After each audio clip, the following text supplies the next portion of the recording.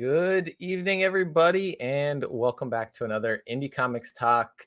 I am down a co-host tonight, but Caroline will be joining us soon. Work has her held up a little bit, but she'll be joining us somewhere in the middle of this tonight. And tonight we have a very awesome guest joining us. We have co-creator of Inkblot. We have artist on Radiant Pink, artist on Frank Miller's Pandora, and creator of the newly released Stoneheart from Image Comics, Emma Kubert. Welcome. Hi. So excited to talk about all these awesome books that you have been a part of or created over the last little bit here. So welcome in and thank you for joining. Thank you for having me. I'm excited to talk about them. Yeah. I love when creators are excited about their own work versus like, yeah, I'm doing this. I'm out there doing it, but you're always seem like you're very excited about everything that you're creating. I mean, I feel like it's a common trait amongst artists to like either be really humble about their work or also just like hate their work so much. I feel like we should switch that. We should switch that feeling, and we should be proud of what we put out Yeah. because it really is just kind of like a representation of where we are now. We're always Yeah. going to grow. We're always going to get better, but you know. Yeah. And shout out to some of the people in the live chat currently, Eman and John. Welcome Yay. for being here. Yeah. And yeah, I mean, one of the questions we usually start things out with is how Yeah, did you get into comics? I think we have a little bit of an idea just a for how lot. you got into a comics, but let's hear your comic origin story. I mean, I feel like, I feel like people recognize something Yeah. about me. I feel like you might have just been like and born into it, forced into the craft. Maybe just a little. Like, they forced a pencil into my hand when I was a baby. No, I'm kidding. Blink No, twice if you need help, Emma. no, it's okay, it's okay. No, I mean, honestly, like, what I grew up with, of course, a comic book family, Yeah. and, uh, I actually grew up also basically, like, basically the town over from the Kubert school as well. So like the Kubert school was the school that my grandpa Joe established so Yeah. that, anyone could learn about comic book art. And so my dad taught there at the time, also my uncle did as well. My mom and my aunt were actually the ones to create the Kubert art store. So me and my brother and like a couple other of the kids would be just running around the school like little rascals, but I've always loved art ever since I was really young.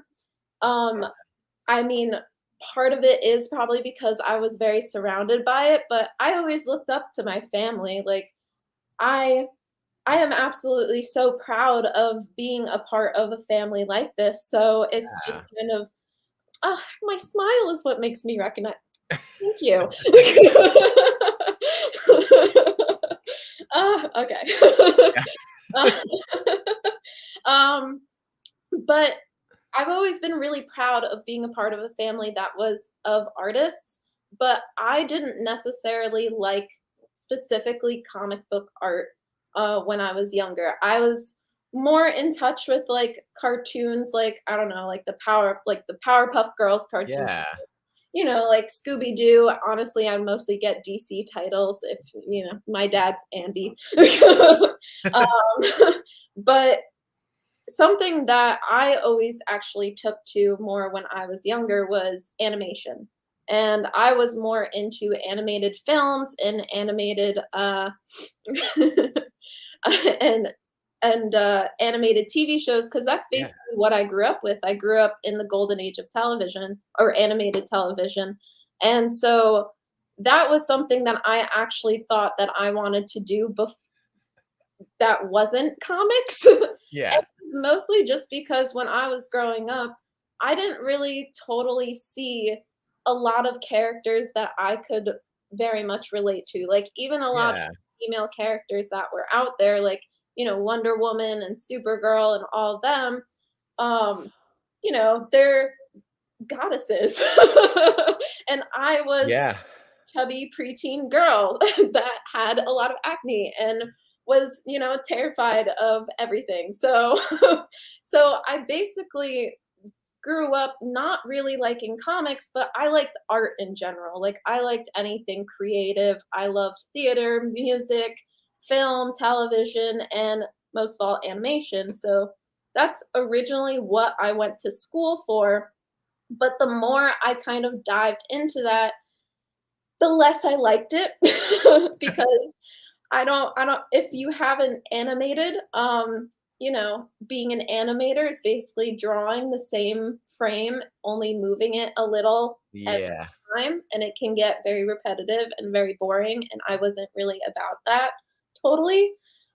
So when I decided to go to the Kubert school because I wanted to be an artist, not necessarily a comic book artist, but I wanted to be an artist and I wanted to be an artist for my entire life.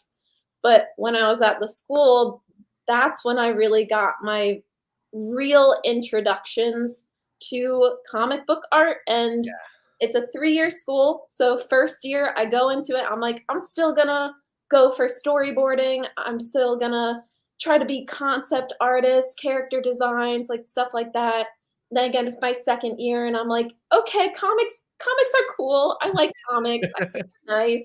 Like, but I think The I'm idea is only gonna growing.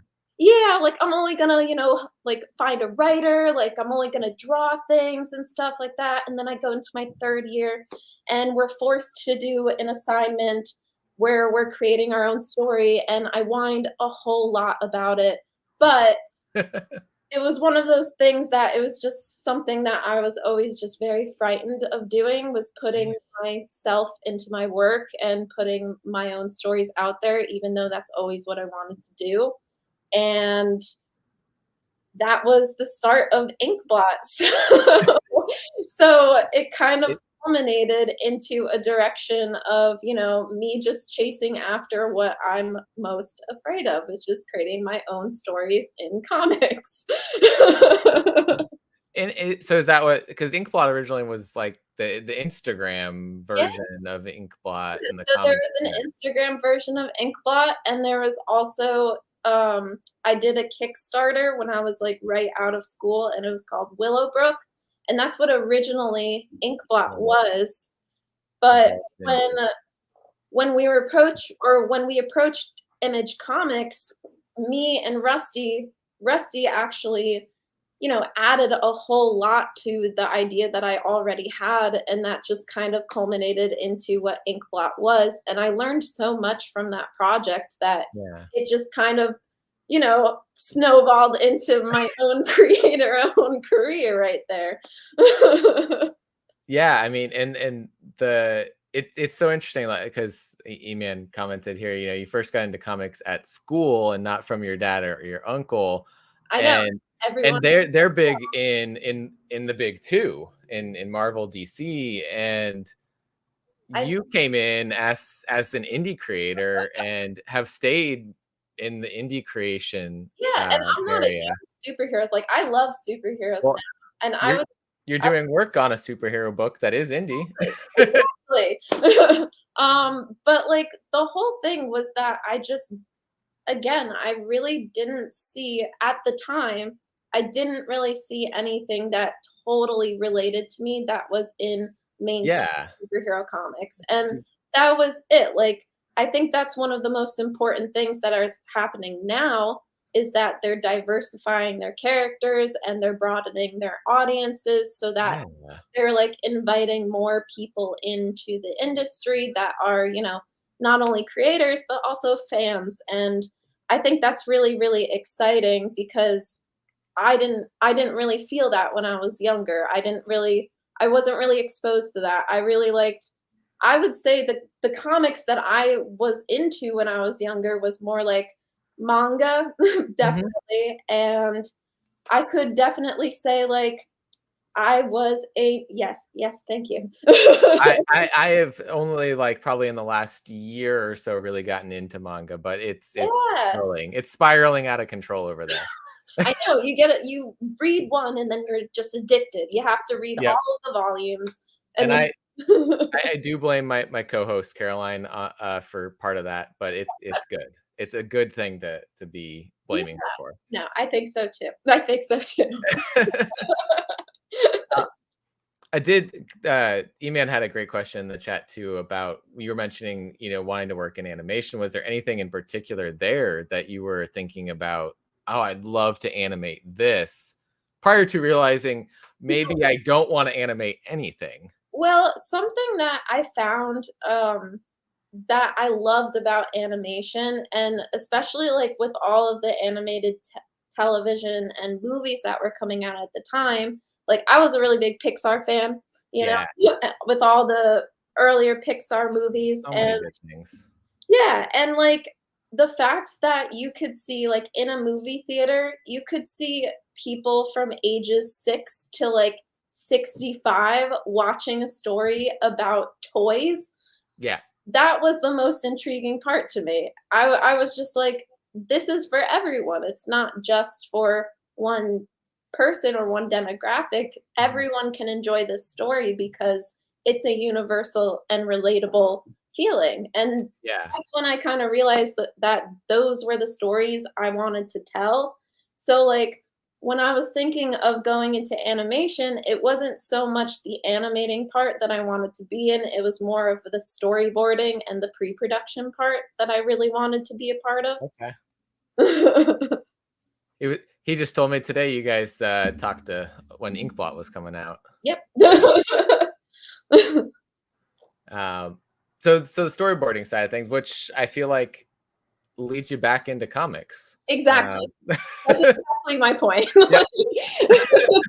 Is that I couldn't get away, you know? Yeah. And Like so go ahead. oh, I was just gonna say, like, um, the whole thing, my entire life, my whole goal for myself and my art was I loved telling stories. And I felt like my entire life I was trying to find a medium that wasn't comics to tell my stories in, So but comics are perfect. yeah.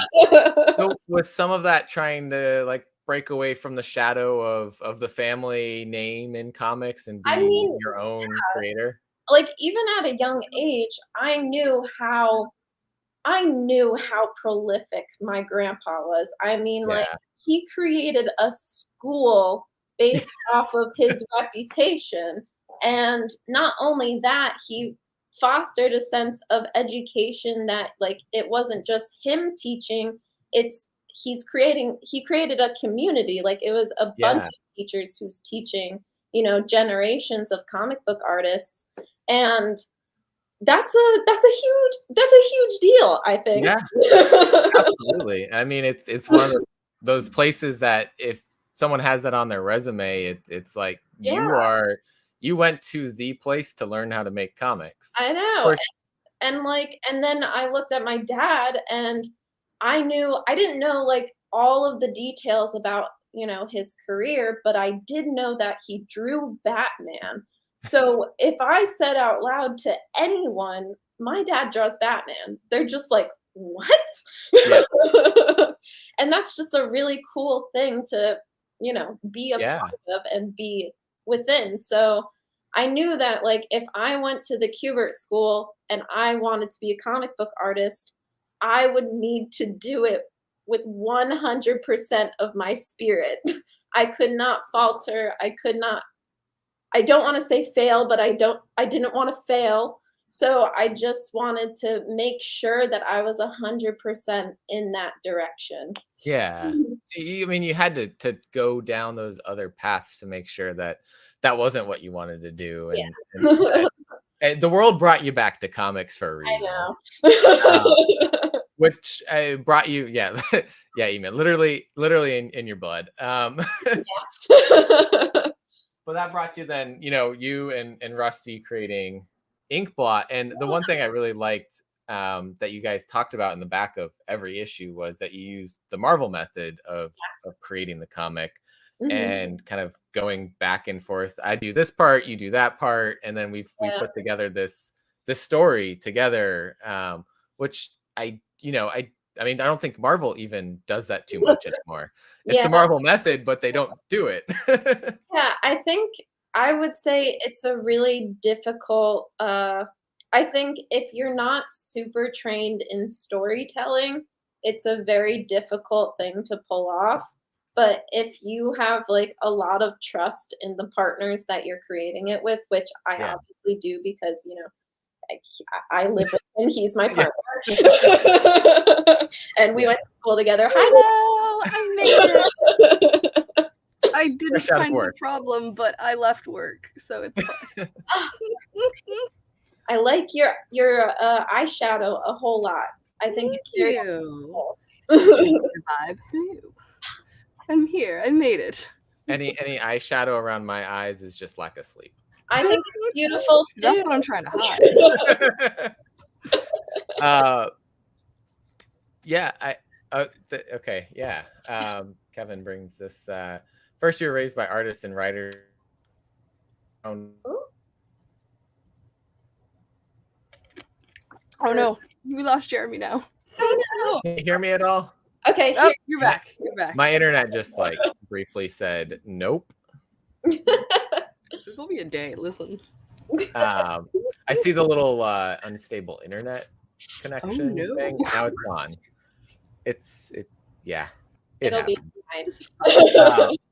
But yeah, you learn, not learn necessarily, but you grew up around that comic book style, and then you went towards animation, went for more storyboarding. So did that influence the way that you tell a story more so than you feel like your dad or uncle or grandfather would create stories?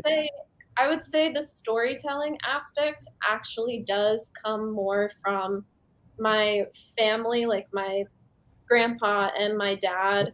And honestly, like a lot of the mentors that I've had in the industry already, like Frank Miller is definitely a huge influence on my storytelling.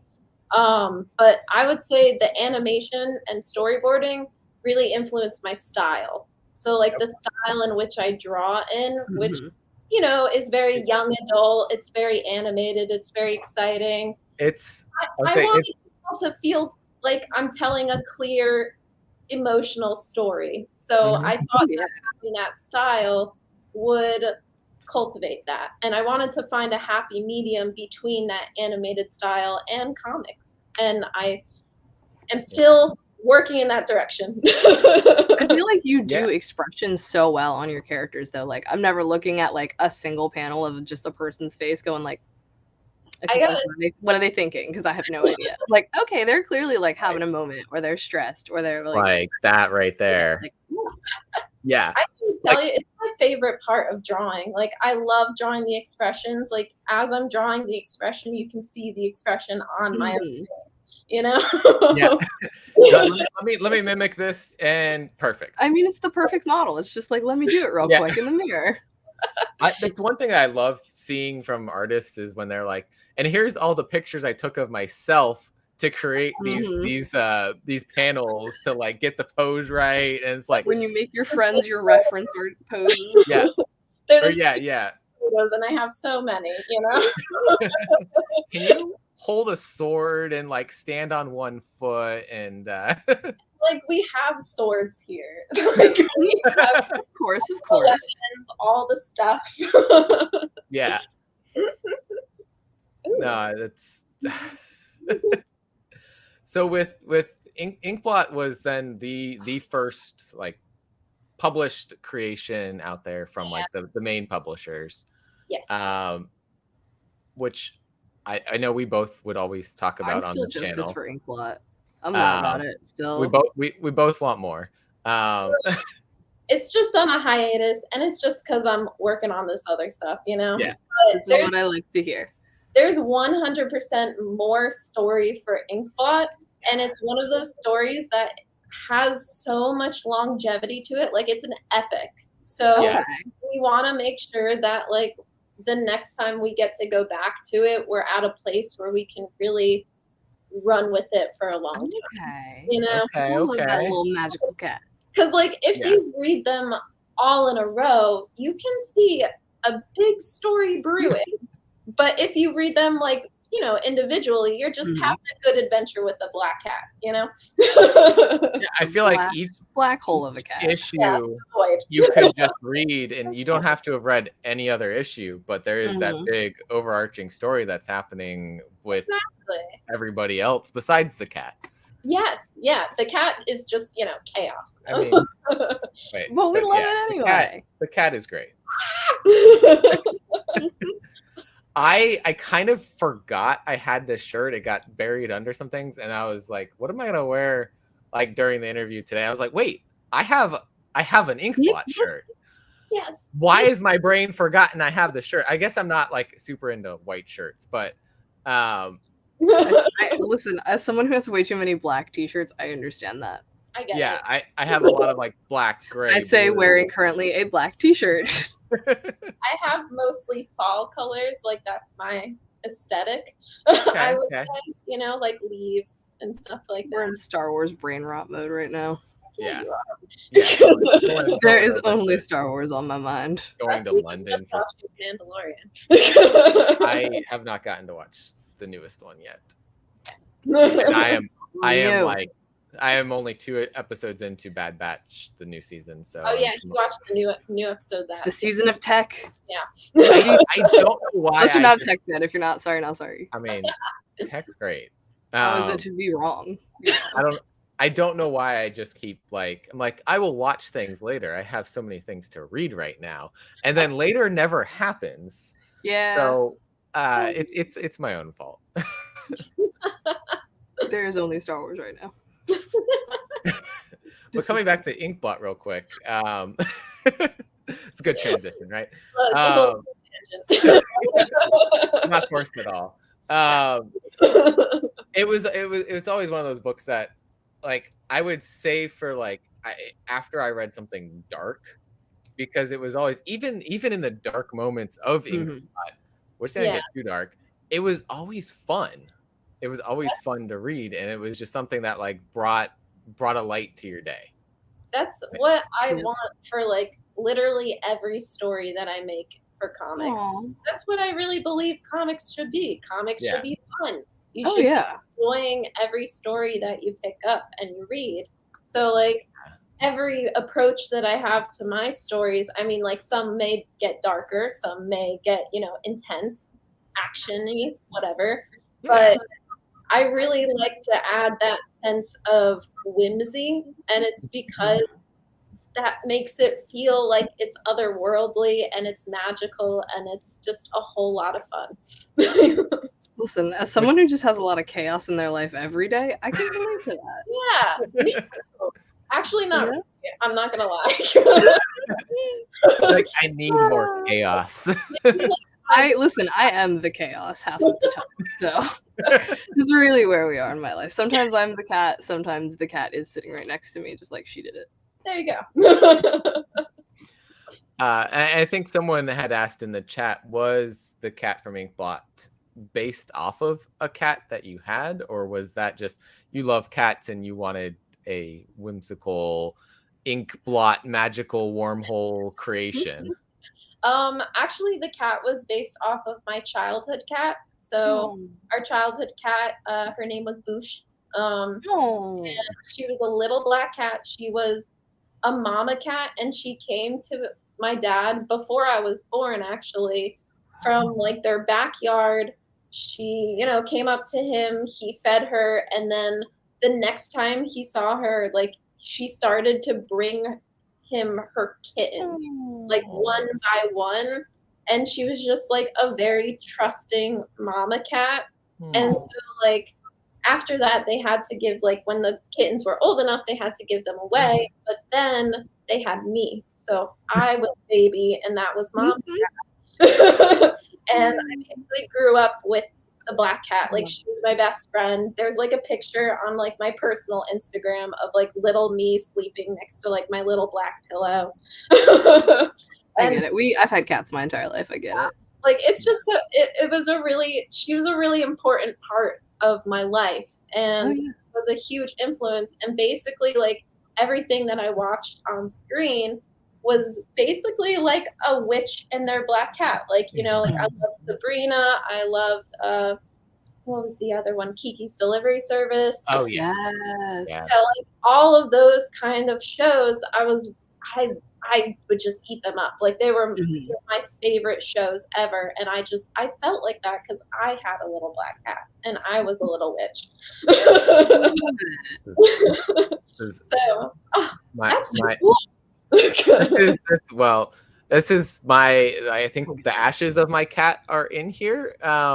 But it was a black cat with a little puff of white. And they gave us this was like such a new thing that they were doing. They're like, here's. That's really adorable. We have a tuxedo cat. He's black and some white. Amazing. Yeah. He just had like this little puff of white on his chest. And everything else was black. And it was sometime, I feel like it was probably right before Inkblot was coming out that he had passed away. And like, so it was one of those like, yeah. It hit hard. I like this story. Oh, God. Actually, me and Rusty just got 2 cats this weekend, and they're 2 orange boys. They're 2. Oh yeah. They're gonna share a brain cell. Yeah, indeed. And their names are Calvin and Hobbes. Oh yeah. Oh. Mine right here is his name is Doyle, named after Doyle Dormammu from Strange Academy. Yeah. Amazing. A little bit evil in his system. Of course. Yeah, for us. That cat is pure chaos. I've met this cat. He is sheer chaos. Oh, Lord. For us, they're Calvin and Hobbes, and they literally embody the personality of Calvin and Hobbes. Like, Calvin is pure chaos, and then Hobbes will literally flop right in front of you so you can rub his belly, and he's like a belly rubber. Like, that is not a cat thing, you know? So he's the type of orange cat that's super affectionate. And the other one's the normal type of orange cat who's just like, you gotta get one of each when you get a cluster. Oh, yeah. Definitely. That's what always works out. Yeah. I love it. That's awesome. With your newest release, Stoneheart, we were talking about a little bit of darkness, a little bit of whimsy. I think that is this story right here. Yeah. There is definitely that darkness lurking and coming back soon, it seems like. But Shade, her just whole personality is whimsy as she's coming into this town. I mean, like, you know, you guys just met me, so that's So is Shade then based a little bit on yourself? A little bit, no, like a lot of it. 100% is you. What would ever make you think that, Jeremy? But yeah, I mean, Shade, I would say, is like 80% me, like maybe 80% me when I was like 20 years old, you know, 22 years old, something like that. So Shade's age. Yeah, exactly. She gives me ever so light Starfire vibes, like when she's like, everything's new to me. Yes. Yeah. And that's kind of like, I mean, the way that I'm talking to you guys now is kind of just the way that I live my life. And it's just like, I'm just kind of really fortunate to be able to like do this stuff every day. And it's, you know, that kind of smile that's constantly on my face. But then, you know, when you have very intense happiness, you can have very intense other emotions. And that can kind of, you know, imbalance you in a way. And that's really what this is all about too, is that it's a battle. Yeah, I mean, and I feel like it's always like it's the happiest people on the outside. You got the darkest things going on the inside, like Robin Williams. Yep. Yeah. I wouldn't say I like Robin Williams. No. But you know, I understand what you're saying. Yeah. I'm not saying you and Robin Williams, same thing going on. Nor is the same thing going on here with our character, but it's that type of like similar kind of idea of, you know, It is. there's two different sides to everybody. And it's also, it's not just about that too, but it's also about finding that contentness at the very end. Like, we're not really trying to reach a happily ever after here, because being happy is just a fleeting emotion. What we really want is stability, and we want contentness. And, you know, this story starts off with her coming into this new city. She's ready to start her new life. She's super excited, and she's ready to just, you know, stay in one place. Yeah. But when you try to approach that kind of contentness in your life, you really do have to deal with the things that are brewing, that are wrong, that are kind of messing that up inside of you.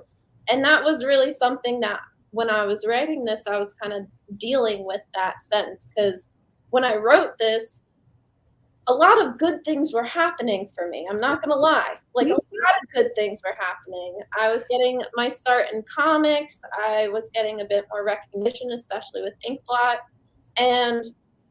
But I just kind of felt mentally off and bad at that point. So I wanted to kind of make sense of that feeling, because I just didn't get it, you know? Like, when you look at your life and you're very fortunate for all the things that are around you, but you're still unhappy and there's still this kind of weighing downness. Yeah.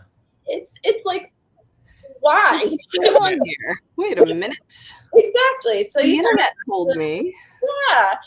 So you kind of have to like dive deep into yourself and really figure out, you know, what is going on. And, you know, some people, they go to therapy, and some people make art, and some people do both. So that's basically the whole thing, you know? And I feel like that was the reason why I was able to pitch it, was because I felt like that was a very relatable feeling that a lot of people were having, especially during the pandemic, when all of that chaos was happening. It was really difficult to like feel stable and feel content in like your own body. Even if you're just kind of at home riding the storm, the world was chaos, and it still kind of is. So I thought that that was a really relatable thing that people could, you know, read and be like, okay, cool. Like, she's cute, but She cute but crazy. crazy. Well, it's like it's fantasy, so it's got that fantasy escapism as well. But at the same time, it's like, wait, this is something to connect with, that you can escape into this world, but you can also kind of think about some real things at the same time. Exactly. And I mean, like, that's also the thing too, is that I love escapism, and I love fantasy specifically for that reason. I mean, like, just diving into any fantasy world is just so exciting. And that's what I grew up with. Like, I grew up with, you know, the Lord of the Rings, and Harry Potter, all that good stuff. And we're going to all of it in theaters. Yep. Yeah, exactly. So now I'm gonna ask, do you have a favorite fantasy story out there right now? Right now. Oh my God. Well, I know that one of the more recent like books that I read was The Lies of Locke Lamora, and like the Gentleman Bastard series. That was like a novel series. But other than that, I can't think of anything off the top of my head, because whenever I'm asked these questions, I never can. And I have like the books like somewhere that way. People ask me, they're like, what are you reading at work? And I go, and everything. I'll have a pile of books in front of me and all the books on the shelf across from me. And I'm like, have I ever read anything before? Yeah. When I get that question, it's just like, what are comics? I'm sorry, I can read. Don't read. What? I don't know what comics are. I say with the book open in front of me, a pile to my left. You say while working at the comic shop. I know. Brain loses everything. Whole database next to me. I'm like, what are comics? I will have to check out that series. I love reading fantasy novels. No, it's a great one, and the way that it's written is honestly like you just get so enticed by it. It's dark and it's funny. Like it's hilarious. Okay. Okay. I don't But know if any of the like fantasy stuff that I've read has really gotten too good at getting into the humor. So I this think is that's one great. of them. Yeah. This is a great one. And there's like I've read a lot of Brandon Sanderson stuff, and sometimes his humor hits, sometimes it doesn't. Yes. Sometimes I'm like that. Even I would not make that kind of dad joke that just got made here. And I make a lot of them. Yeah. I mean, but, like yeah. Stoneheart was basically based off of a manga that I was reading at the time. I can't say the Japanese title, but the English title is Yona of the Dawn. So I was reading I love Yona too. And then Rusty was listening to the audiobooks of The Wheel of Time. And that meant that I was also sometimes listening to the audiobooks too. And he would tell me all about it. There was like a point when that top shelf. Yes. It takes up 2 shelves. Yeah, they're 14 books, right? Yeah. That was college. There was a time when we were doing like a cross-country trip, and literally he just put on all of those audiobooks, and that's just what we were listening to. Smart. And it was awesome. I mean, like I got influenced by that story. I have to be honest, I did not read all 14 books. I was not the one to do that. It was Rusty. I will say, if you like disappeared for like 8 through 10 or 9 through 11, somewhere around there, it did get a little slower. Yep. It ended well, but the start, like the first 6, 7 books was like the best, and then like the end was really good. Yeah, that's basically what he felt too. Like, but he was really into it. I mean, he was listening to it for like a year, but I also read, 200 plus chapters of Yona of the Dawn. See, that's where I'm at. I'm like, what's the last book I read? I tried to read Dune. That man is too verbose. But like, I tore through the entirety of My Hero Academia in like 2 weeks. Yes. When it was in like the upper 20 volumes. Good. I need to buy more of it. I'm only at volume 6 of that. Listen, there's either hyper focus or no focus, okay? I mean, yeah, Wheel of Time, like I said, that was like I read 1 year. I read all 10 volumes of Witch Hat Atelier in less than 3 days. So again, it's fine. It's fine. That's what I do with manga too. I mean, like I can't put it's it so down. good. I can't put it down. I have like and like I work there, so I just pick it up and then next one on the next one. It's like this is a problem. Me too. But a book? Novel? Yeah. It's been a hot minute. I'm still I don't think I've read any more since we talked to Sarah recently. But reading that right now. And I forgot I had it sitting back here, so I have not made progress. I'm a third of the way through the second book of Game of Thrones. And like literally 43 pages into Dune, and I just went, no. Yeah, I wasn't a Dune person. I did read so many adjectives. Yeah.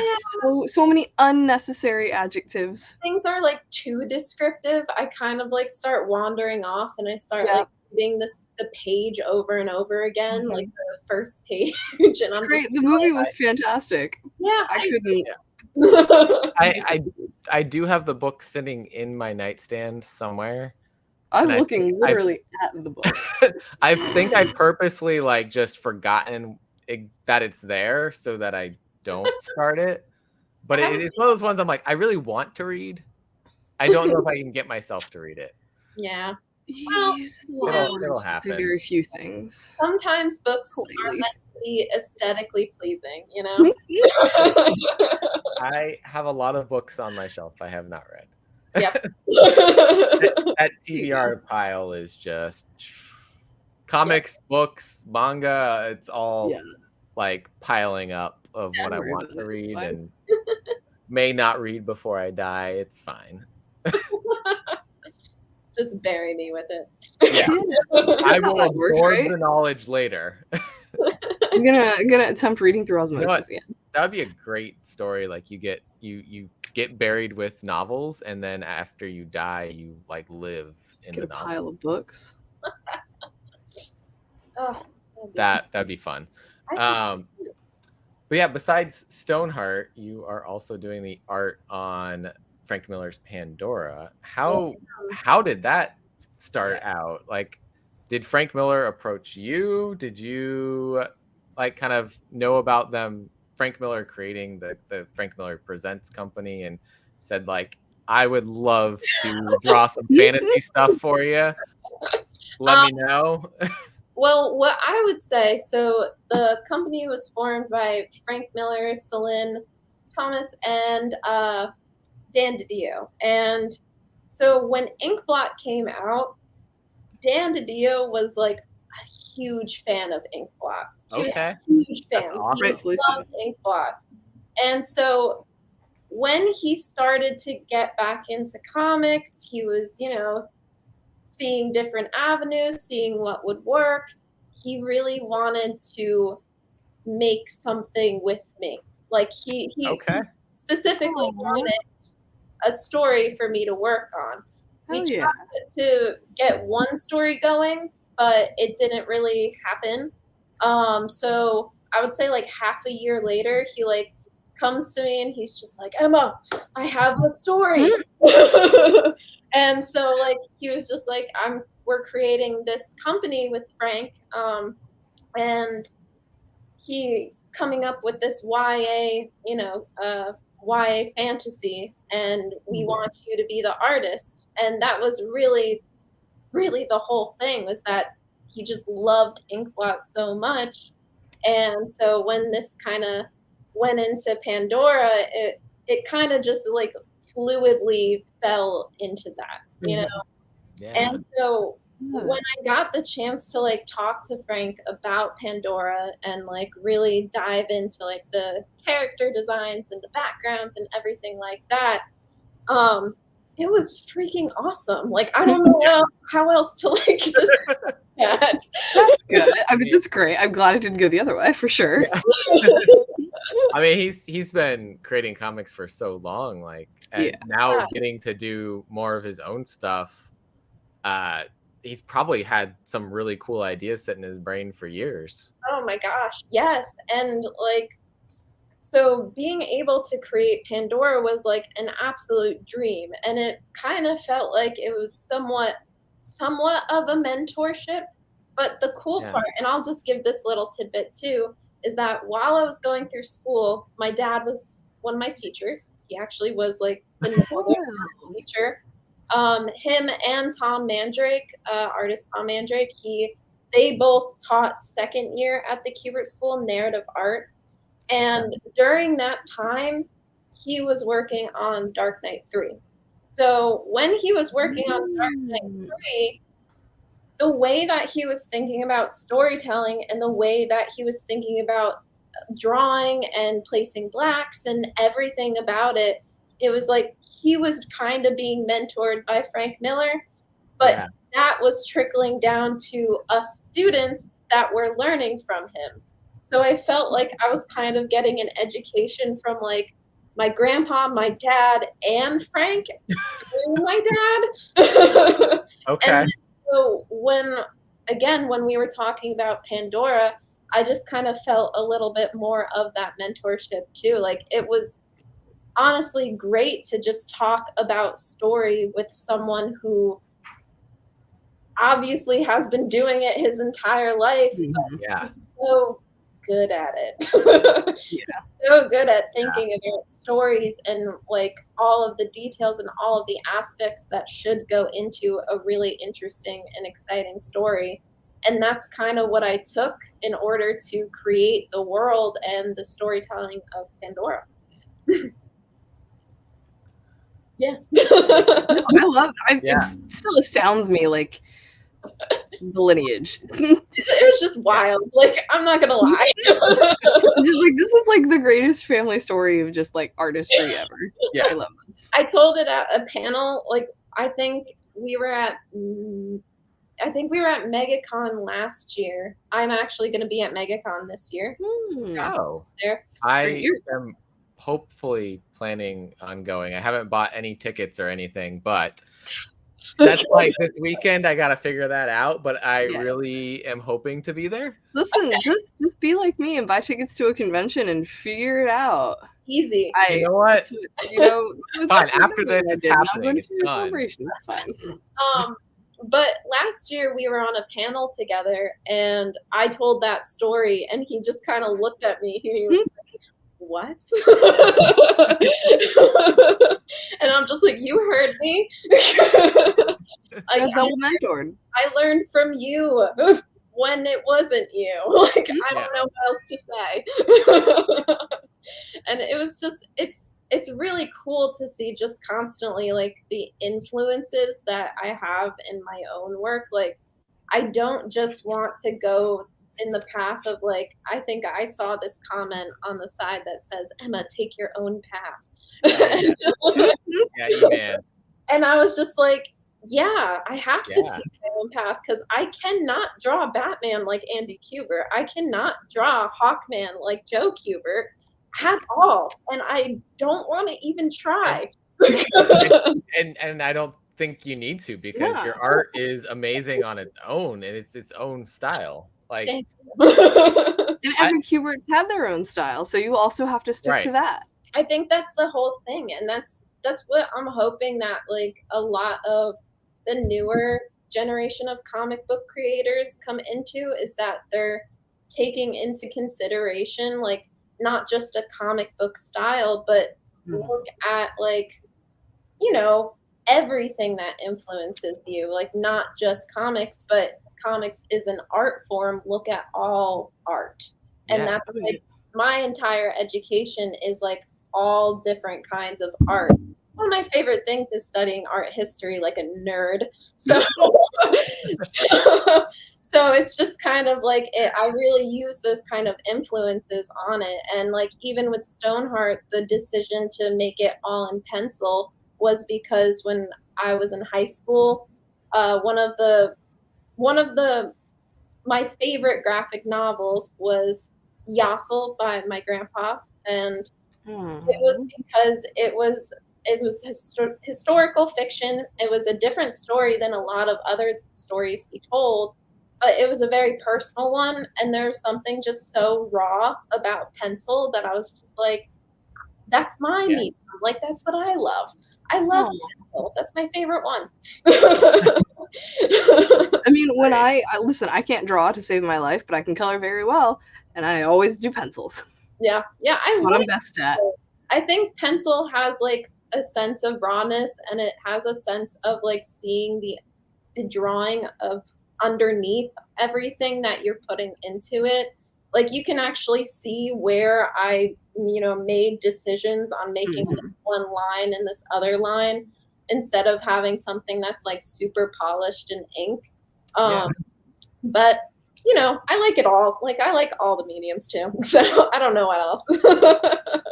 All art is good art, except for AI art. Yeah. Hey, you're probably good too. I know a lot of people tell me, they're just like, oh, I can only draw a stick figure. And I'm like, that's how I start. I got stick figures with hats, okay? I got to level up. Okay, with a hat, even better. But yes, thank you. But drawing a stick figure is the beginning of every drawing. So like you just got to keep going. That's me. Like that's my level of art to like storyboard and think. I got coloring. I'm real good at coloring and shading and all that stuff and blending. I just can't draw the thing I need to color. I got really into color. I saw another comment on here that said, didn't you say that your mom does fine art, Emma? And yes, she does. She is a watercolor artist. And She's like state ranked. Like she was a fine artist. She likes doing like landscape paintings and Okay. paintings of portraits and animals. Go Mom. And Did any of that ever make you want to go down that route and use any of that? 100%. I wanted to be more of a fine artist when I was younger. But I would say that like my strengths lied more in commercial art, so I kind of went in more of that direction.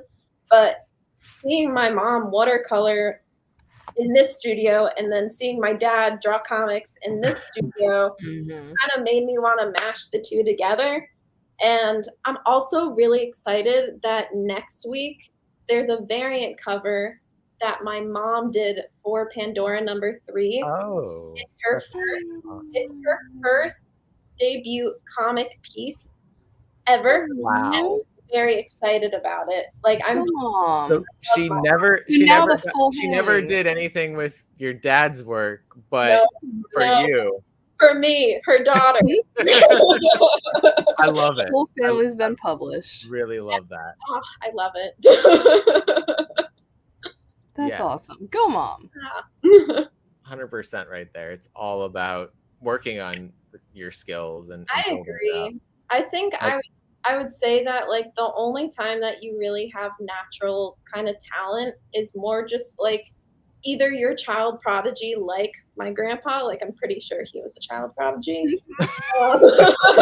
Because like if you have seen his biography, in there's a drawing that he did of his grandfather when he was like 8 years old, and it's like the most realistic pencil drawing you can ever see. It's insane. So he came out of the womb drawing. I'm not that. But I grew up around it, so it was kind of like a natural inclination to it. Yeah. But it does take a lot of hard work to build that kind of skill or any kind of skill in general. But I definitely did it faster because I was surrounded by it. Like that. Yeah. I cannot deny that. Yeah. Well, with like being surrounded by all of that, were you constantly doodling as a kid? That like you were just like always doing some sort of art thing? I was not a math kid, so my math notebooks filled with doodles. All the margins. All the margins. There were eyes, trees, hair. Like drawing. I did a lot of shapes. Yes, lots of shapes. Like I would come up with story ideas in my notebooks, and then my math teacher is like, "Are you paying attention?" And I'm like, "No." I can't lie. No. We are kindred spirits. And I'm just like, yes. Yeah. Who needs math? Not me. I work retail. I mean, I only went the math way to be paid. So the computer does the math for me. There's a calculator. Exactly.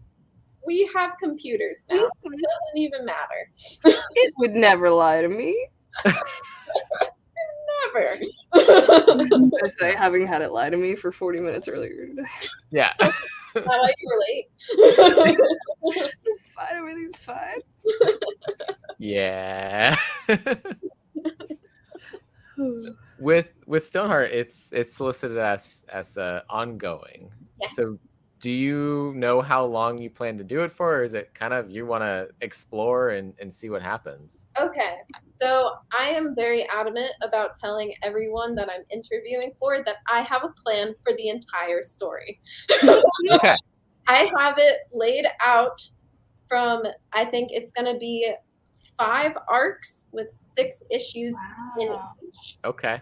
If I have love that. Which I'm hoping that I have the that I can create that longevity to get there. But that is the entire plan. I have it all planned out. Awesome. And I'm really adamant about telling everyone that. Well, so even stay tuned because I'm gonna be there every month. I will. Well, and it's gonna not just build like rapid pace like a Marvel 5-issue arc does. Yeah. It's gonna take its time to get there. And that's exactly what I wanted to do. We're going Lord of the Rings. Yeah. So much world building in this first issue that, but it was enough world building and enough plot development and character development that you aren't just like, okay, we just world builded this issue and I don't know what's going on with anybody. No, you get character development, you get, oh, hey, there's something crazy going on at the end of this issue. I don't want to spoil it for anybody who hasn't gotten to read it yet, but something crazy going on at the end of this issue that is awesome and is going to take this somewhere crazy next issue, it seems like. Honestly, you're going to get that every issue. Like, you're going to get it every issue because with every step of this series, Shade is falling down the rabbit hole of her own undoing. So this first arc takes place in Light Spring Canyon, you know, like the deserty kind of world. But then the next arc is going to take place in a different location, and we're going to see more of the world, more characters. Everything's going to get bigger and bigger and bigger. And I can even preface this by saying that the next arc, like arc, I would say issue 7 to 12, is going to have pirates in it. Yeah. Okay. So yes.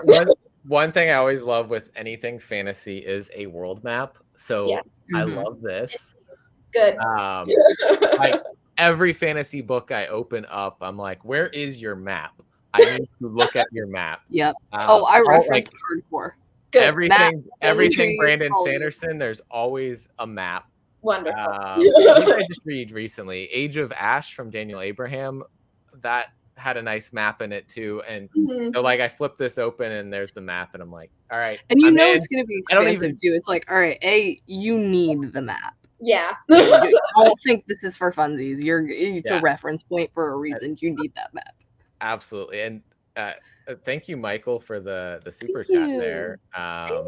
And yes, please do check out these works because it's all great. There's three trades right now for Inkblot out there, and like you said earlier, more come in the future. Yes. And first issue Stoneheart's out right now. 2 issues of Pandora out right now, and you said next week is issue 3. Next week, you're getting issue 3 of Pandora and issue 4 of Radiant Pink. Yeah, I haven't even gotten to talk about that. There's just so many cool things that you're doing right now.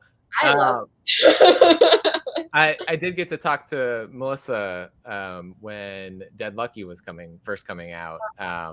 She's fantastic. Just like going from like being behind the scenes of all the Power Rangers stuff to then like being behind the people that were writing Power Rangers to then it's kind of they flipped roles, right? Like Ryan Parrott and Kyle Higgins were writing and Melissa was like behind the scenes of all that, and then she joined the writing side of things for their universe. So it's really cool. Like sorry, go ahead. I was just gonna say with was it your Inkblot work that got them to reach out to you for writing or for drawing Radiant Pink? Actually, for Radiant Pink, what happened was that I got to actually meet Kyle Higgins at a convention. Like we were at tables next to each other at a convention. I've never met him before. And it was a really small convention too. So like there wasn't a lot of people. We got a lot of time to talk to each other. And that's perfect. Like, he saw my work. He was like, this is great. And then when, the talk about Radiant Pink miniseries was coming up, he was like, I got these very wonderful, writers, and we can create, a really cool little miniseries on this. And then I got really excited because it's an all-female team, and I was like very pumped to be a part of something that like I could expand upon instead of just like straight out create, because that takes a whole other skill set to kind of push. So like doing that does switch gears for me, but I absolutely love it. Like I love doing both, like as I said, I like superheroes, I like fantasy, I like every kind of genre there is, and hopefully I get to explore a lot more in the future. And with like Radiant Pink's world hopping, warping skills, like I feel like you're getting to get a lot of that fantasy in there. Yes. While still then getting to do your first superhero comic. Exactly. And also the character of Eva is just, she's so cute and she's so chaotic too. Yes. So, Chaos coming out of the characters you work with. I mean, you know, you draw what you know. Right? No, trust me, I get it. I am chaotic Sylveon always. You had it was the cover for Radiant Black 13? Yes. Yeah. Something like that had her on it. That was like the precursor to it. Like he asked me to do a cover because I think they needed like their cover artist fell through, so like he asked me to do it and I was like, yeah, of course. Yeah. I say no. Yeah. And so I went and I did it because I loved Eva. I loved that character and I expressed that to him while we were talking. And so then that was kind of what kind of led to the Radiant Pink series. And I got super excited about it. That's awesome. After like seeing, you know, Inkblot and going through all of the 15 issues of it, I was like, saw that you were on the solicit for. I was like, yep, Radiant Pink on the list. Melissa's writing or co-writing on it. Yep. Even squad up at this point. Yeah, like the Radiant Black, the massive verse. Like I love it. I love what they're doing there. I had to like. There's just so many things I'm reading. I'm like, I have to step back and like read things in trade form now for the whole world. But like, I'm reading the first arc of all the new series, and then like any mini series, I'm picking up the single issues. But like, I need to keep reading this world because it's a fun version of superheroes. I feel like we've lost a little bit sometimes in the big two. It also feels like real world tangible, whereas like Marvel, I feel like has gotten, and DC too. It's just kind of a little like, all right, we know this isn't. Yeah, I would say like, you know, DC and Marvel superheroes, they kind of turned into like gods and goddesses, while you know, other superheroes, especially the Radiant series massive verse, is kind of brought back down to earth a little bit. And again, it goes with like what we were talking about in the beginning about relatability and like having stories that you can actually relate to instead of look up to, I think is a lot better. And all the situations everybody comes from is so like valid, and you're like, yeah, no, same dude, that was my situation and this happened to me, like exactly. Yeah. And it just probably would have done the thing you did. Exactly. It just makes you feel less alone, and that's what makes you love these stories so much, is that you're just kind of like entranced that, you know, other people feel this way, and it makes you feel connected. And you know, that's the comics community. Exactly. And that's why we do what we do. We like talking with people, connecting with their stories, having a good time, nerding out. I know we're just over an hour, so I don't want to keep you all night. If you want to keep nerding out, we can. I mean, we could keep talking for hours, I feel like. Yeah, we could. So if you need to go, we'll wrap up. If not, we can keep talking for a little bit. Whichever. Okay, let's keep going for a little bit. We'll wrap up like at 90 minutes or so then. Okay. Yeah, I agree, Vic. Heroes as gods is really you don't connect. It's like you said, it's looking up to versus, hey, this is what's happening to me. Like I think that's why Marvel, like I connect a little bit more with Spider-Man, because he always gets beat down and like he's got his humor, and like there's an ability to connect with him more so than Superman. Yeah. He's always been my favorite. She's just a girl in a suit. Wait, Who sorry. was that? Riri Ironheart, like she's always been one of my favorites, because you know I always like the non-powered superhero. Yes. I like those superheroes too. I mean, Batgirl's one of my favorites. Yeah. I mean, Poison Ivy's my favorite, so that's kind of like not true for DC, but you know. Poison Ivy's another one of my favorites. My mom's a redhead. Yeah. I'm very biased. I'm very biased too. if you see, 2/3 of the comics that I'm working on, they're redheads. I support this entire decision. Yeah. Honestly, I'm not gonna lie. I think that is what dictates a lot of what I draw. Just hair color. So, so when are you drawing Poison Ivy? Oh. I mean, listen, I spoke that comic into an ongoing series existence, okay? Oh I claim that. I won. That's my victory for comics. Oh my god. Someone said Nightwing is my favorite, best cake in comics. He does correct. I feel it. I feel it, and Batgirl feels it too, so I get it. Yeah. I was reading the Batgirl series, and it was good. So much fun. Yeah. Yeah. I have Nightwing still to read. I've been picking up in trade. Everyone says it's gonna make me cry, so I've been avoiding the Nightwing run. That's what I heard too about it. I heard it was very intense. but like in a good way. Yeah. I mean, it's Tom Taylor writing. Yeah. I'm reading Dark Knights of Steel instead. Yeah. That's my Tom Taylor book. That is what I, outside of Poison Ivy, still think is the single greatest thing that DC has published in like a long time. Yeah. Oh, I mean, fantasy. I love the art for it too. The art is absolutely amazing looking, and I mean, honestly, like Poison Ivy art in general, like whoever is on it can like really kill it. I don't know why. Like I should know the answer to this. I know it's being written by G. Willow Wilson. Yeah, it matters to me. I mean, yeah, it's perfect. I have no qualms. I wanted a Poison Ivy series. I got a Poison Ivy series, and it slaps. I'm not upset by this. Maybe we can talk about how hopefully I can draw Batgirl one day and talk about that going into existence. Can we get her and Ivy like little ongoing bop? Oh just the redheads of DC. Like, woo! Yes. Like if that was just a title, like Redheads of DC. Well, DC Red, and it's just all the redheads. Oh my god! Wait, does Starfire count? Yes. Cringe. Yes. If Marvel can do those like red, what is it, black, white, and red comics, like DC can just do a red comic. It's just red.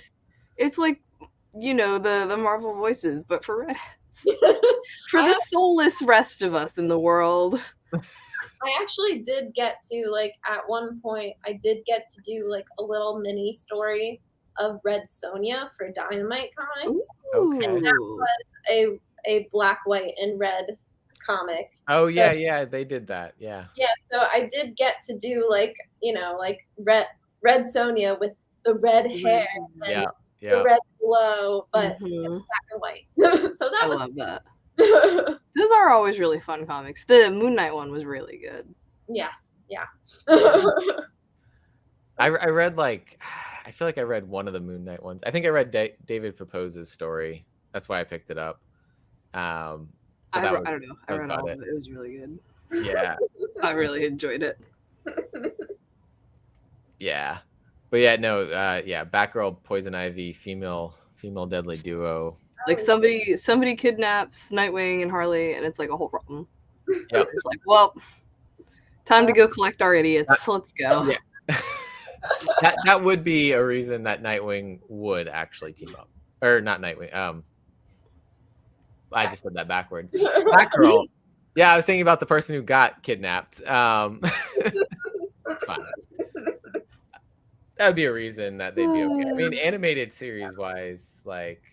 But there's always the exceptions to like, oh, okay, I won't capture you now. Yeah, I mean, while I was watching like the Harley Quinn animated series, I absolutely love the Bat family in that. Like, I don't know, like I love Harley and Ivy, of course, but the Bat family really just sung for me. They feel like a real family. Like, absolutely, y'all would all be just hating each other politely. I know, it's so funny. Like when they introduced Nightwing into it, I just died. Like just like the sly commentary from everyone. It's like, yeah, that's the kind of shit my brother and I would say to each other.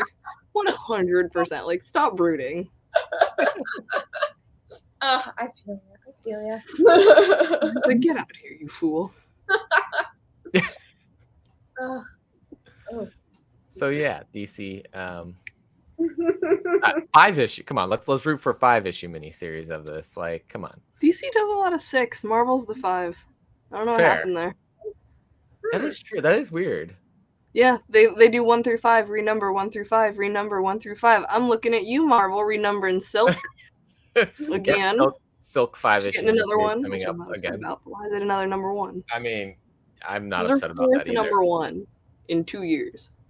Oh wow. Yeah. I mean, I'm not upset that we're getting so much Silk because. But 1 through 5, 1 through 5, and 1 through 5 was really 1 through 15. Oh wow. Silk. But I stand by it. I would rather well, hello, Caitlin. I mean, that's fine. That's a good view too. Speaking of Silk, actually. Sweeney Boo, Silk. Oh yeah. I love Sweeney Boo's work too. Yeah. I really like I only got to meet her briefly at one of the conventions that I went to, but she was really, really kind. And I really love her work. Nice. I've been following her on something fell. I've been following her on Instagram for a long time. So seeing her, get very exciting. We are talking with her in like 2 weeks on here. Yeah, I saw it. Yeah. I have been everybody, which obsessed with her art for so long. Yeah, it's so cool. And that's kind of the stuff that I looked at, and I really wanted to go into that direction too. Having something that's animated and exciting and fun, and with her work, that was really something that sung to me. I'm always drawn to people who do a lot of really bold, I call it neon vibes, like her, Jen Bartel. You use a lot of really sharp purples and oranges in your art too. I always just am drawn to that style. Liana Kangas as well is another one who I'm always you all kind of fit that same, I call it the neon vibe sometimes, but it's just, I like it. It's a palette that I really enjoy. I like that vibe because I love vibrant colors. I don't like the muted colors anymore. Yeah. I really like something that just pops right out to you. Especially at a comic shop where everything is everywhere all at once. And so much Marvel and DC books are just dark and bloody and broody, and you're okay, Carnage. Yeah. And that's just kind of for me to do, especially when I'm just approaching doing covers and everything. I want to make sure that really comes out. Exactly. And I think that's what they think really too, is that with all of the different colors, yes, especially with the Stoneheart has a very green-red color scheme with pops of other colors. This one specifically. I love this panel. Yeah. Her working. It's there are dark moments and dark colors even on the cover, but the red pops out and stands out. It just flows so well. And then the purple tones. I don't know. I just I like really well done vibrant colors. And you do very well done vibrant colors. Thank you. Thank you so much. I'm biased. I like these things. I would just say that is also something that I actually get a little bit more from my mom rather than my dad and grandpa. Because color in general is more of her realm. I wouldn't say that her colors are very vibrant, but it's mostly just because it's watercolor, so you have to get a good layering technique to it. But just kind of seeing her pick and choose and be very particular about the colors that she uses, and also hearing the advice that my dad would give me about color. He doesn't color himself, but he knows what works and what doesn't, and he's always putting focus on having a really bright spot of color as the focus of the whole illustration and piece. So with that cover of Stoneheart, that is the red that really pops out. And then there's the yellow that pops out of the other part of it. No, that's the lighting in the back. Yeah. So it's just kind of that really was instilled in me that colors need to be good. And they do really make or break a comic. Like, oh yeah. if you have a great colorist, it's gonna look amazing. But if the colors kind of fall short, then it's gonna bring everything else down. And that's that's the tricky part. So even like something like this, where there's really it's red is the color, it just like jumps out the way that they have it done. Graphic too, like the way that the red kind of beams in, and then you see the red on the arms. You really can see it like from back here. Yeah. And then I see the composition of red. Yeah. Absolutely. And that's really cool.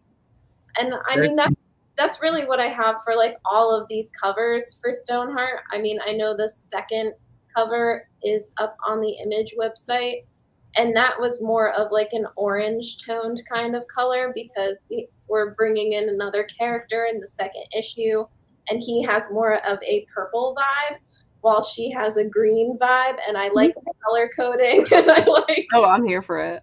Yeah, I just like the kind of thought process behind it, but I also think about the meaning behind it too. So I'm using a lot of complementary colors, not like primary colors, like red, color wheel, and red, yellow, and blue are primary colors. Obviously, I'm using a bit of red, but I'm mostly using like the more complementary colors, and you'll notice that a lot of villains have complementary colors.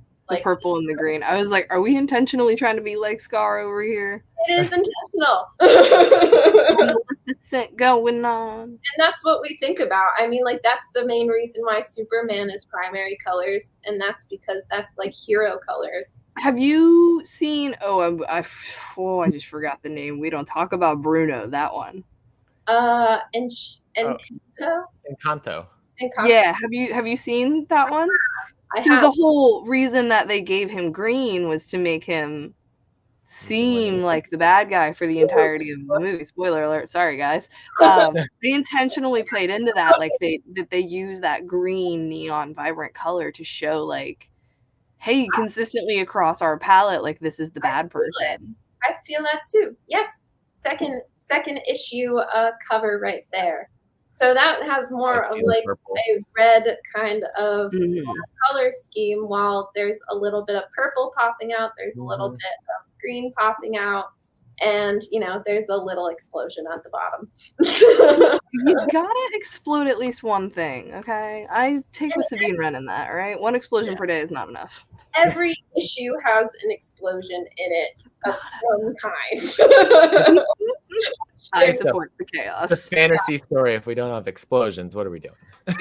Listen, there's always one character that likes to blow things up, all right? I mean, it can't not be that way, There's fire in the universe. Hopefully not being done in space, but there's still one, always. Exactly. And like with each issue of Stoneheart, you get, you get the world building, you get the character development, but you also get a bit of action and bloodshed and all that good stuff.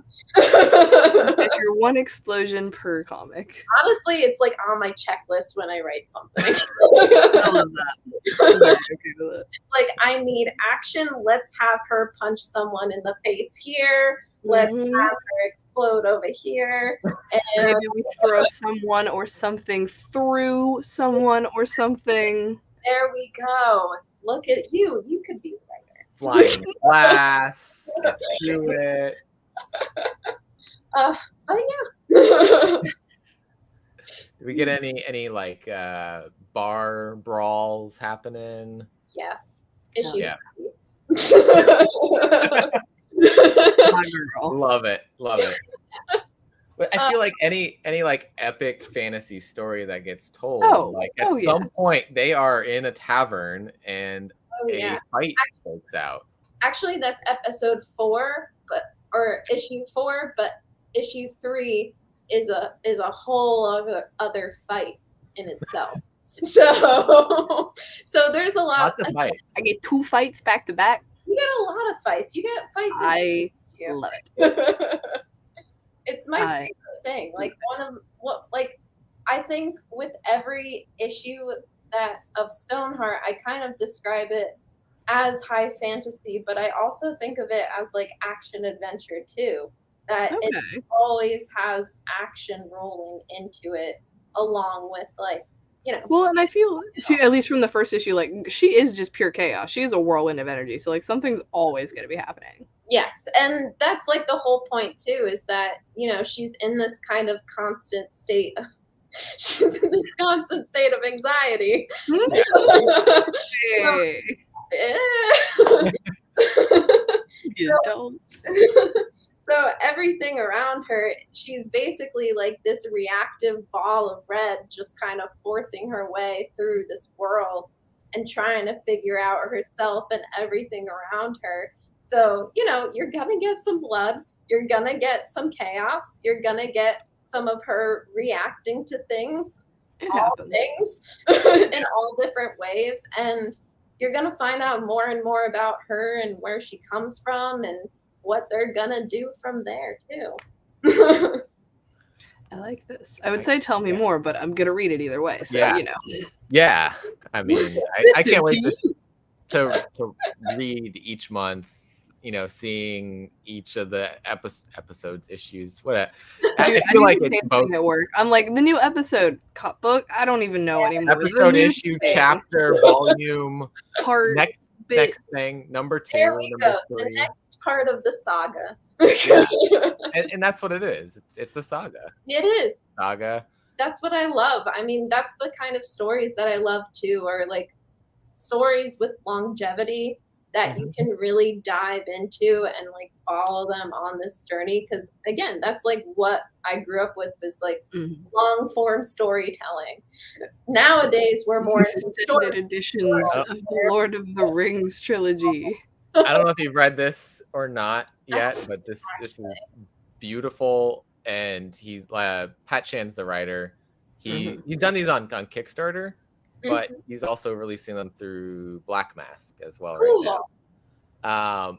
It's beautiful. He's trying to make it, like you said, longevity, build the world. It's this magical world in ways, but it's also very character driven.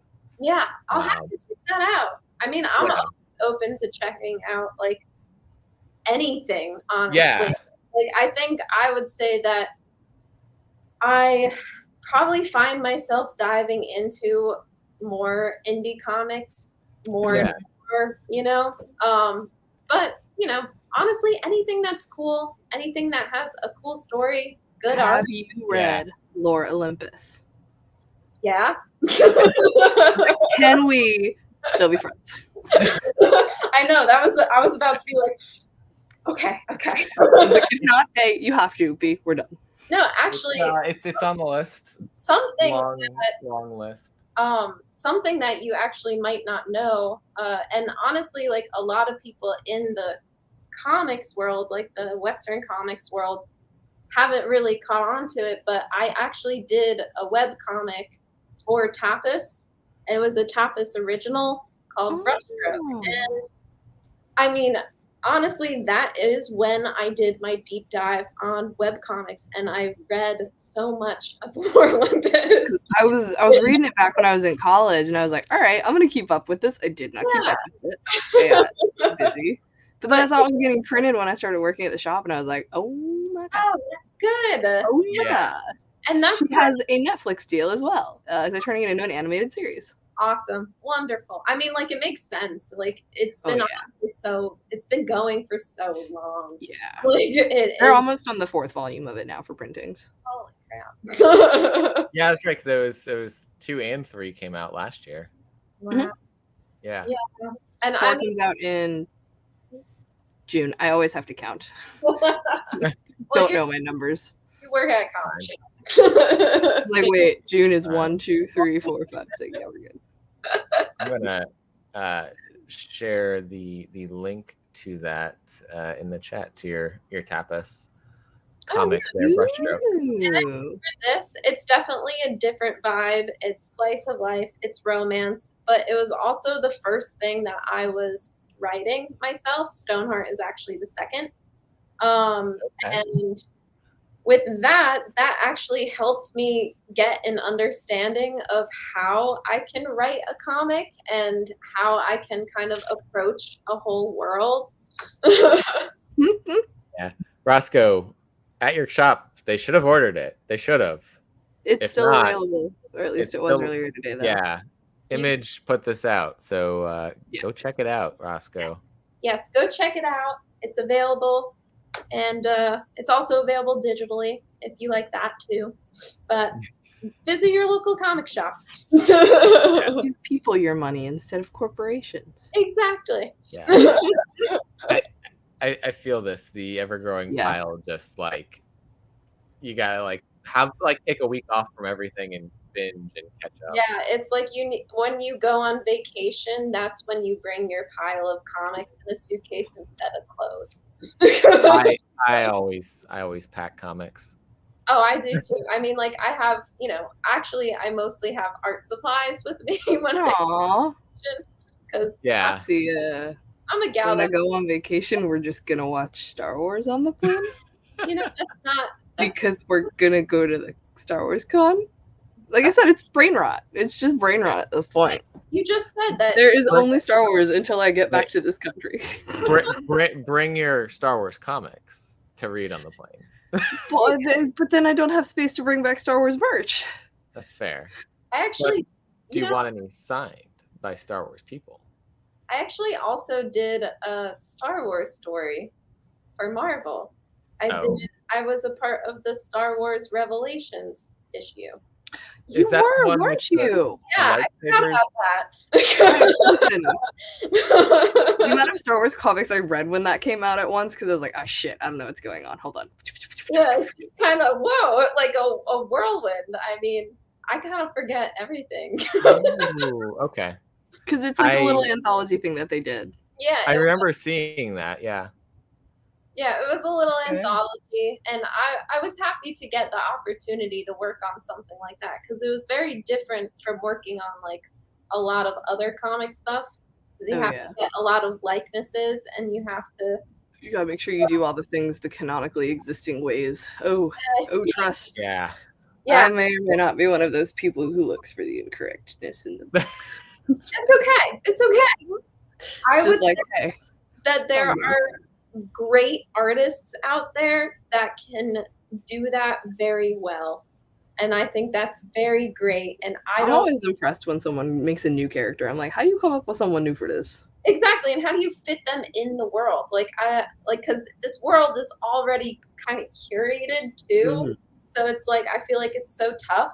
But with all of those artists that work on stories like that, I feel like I'm just kind of like, I can't totally do it. I mean, I'm like, it's the goal for you someday with Inkblot.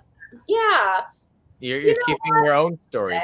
It's your own universe that you get to make those decisions There for. we go. You don't have to determine how many centimeters apart each little thing in the empirical symbol is supposed to be. I'll be able to tell someone, you have to draw the eyes of the Inkblot cat bigger.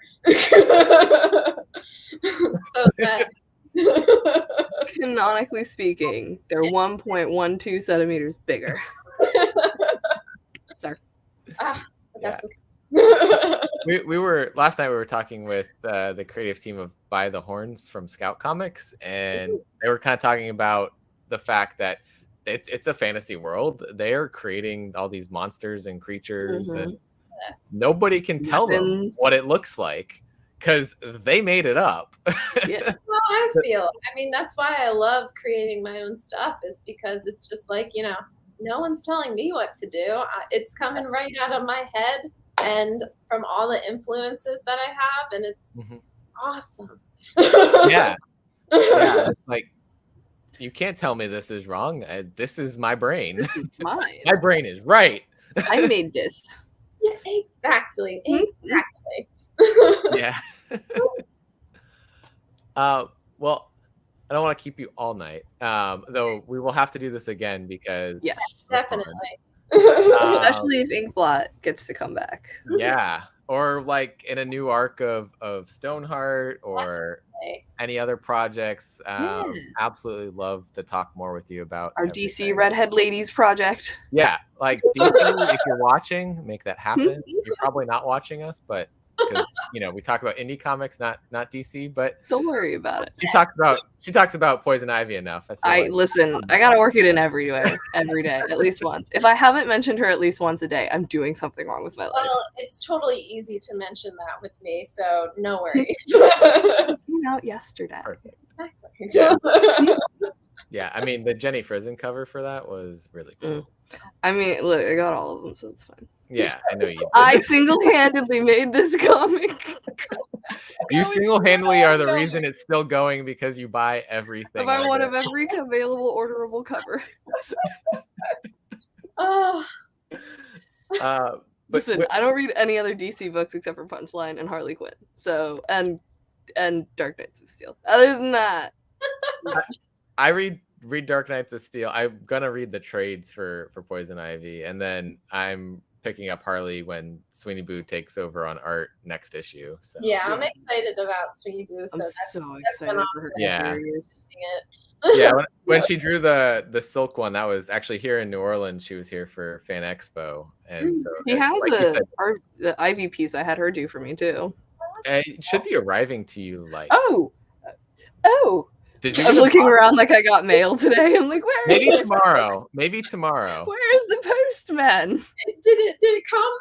I forgot. I honestly. So I've had that box like sitting for a while, and it has other stuff in it. I don't remember what's in the box, and I just was like, I know this is your box, and so I finally just like put the postage on it and sent it. I need to be concerned about what's in the button? There's no live animals. You didn't forget to feed something, did you? I did say there's no live animals anymore. No, I know I got mail today, but I haven't looked at it. That's why I'm like, where did I put my mail? If it was not a big box, then it's not from me. Yeah. But anyways, where can people find you and follow along with like everything that you're putting out? Okay, so I'm at Emma Kubert, very easy. I'm on Instagram, Twitter, and I'm more recently on TikTok too. So I'm posting a lot of video drawings and stuff like that on there as well. So at Emma Kubert on all platforms. That must be nice. Yeah, it is nice. I'm not gonna lie. I was very proud of myself for curating that. I feel like a lot of people, it's like, I'm this on this platform and this over on this one. And my birth year on this one, but my graduation year on this one. I know. And it's just because, like someone just randomly steals something. So I did it early. I was just like, I think when I was in school, I created it. I was just like, I'm Emma Kubert. Claiming now. Hear me roar. I can't even be at Sparks Comics on Twitter. I'm at Sparks_Comics on Twitter because there was a Sparks Comics comic shop in Florida that no longer exists but has the Twitter account name. They probably just never deleted it. The last post. Listen, maybe if you just harass Elon Musk, he'll delete their account. He'll let you have the name. I don't want to be on his radar.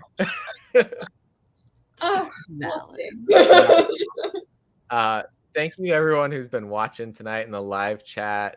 Thanks again, Michael, for the super chat. Appreciate you. I guess we probably owe you like a super chat video in the future. We had created some of those. Where was it? Where's the? This is a you problem. Hey, this is a me problem. I got all the. This is a you problem, bro. We'll play this. Have a super cat. I almost wore that hoodie tonight. Mango getting to come back to pop up on this show. Adorable.